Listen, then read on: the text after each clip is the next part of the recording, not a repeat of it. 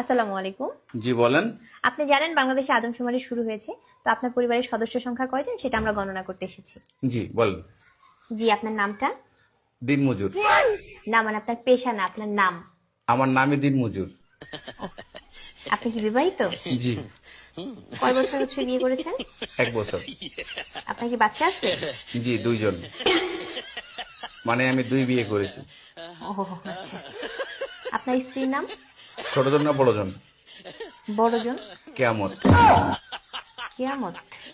আর ছোটজন? তুফান। ও তুফান। আপনার সন্তানের নাম? ছোট জনেরটা না বড় জনেরটা? কিয়ামত জনেরটা? ঝড়। ঝড়। আর তুফানেরটা? সিডর। সিডর। জি, আপনার মূল্যবান সময় দেওয়ার জন্য আপনাকে ধন্যবাদ। আর লাগবে না?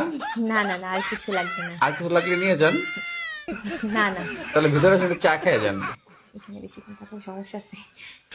না না না, আর কিছুই লাগবে না। আপনাকে অসংখ্য ধন্যবাদ। ভালো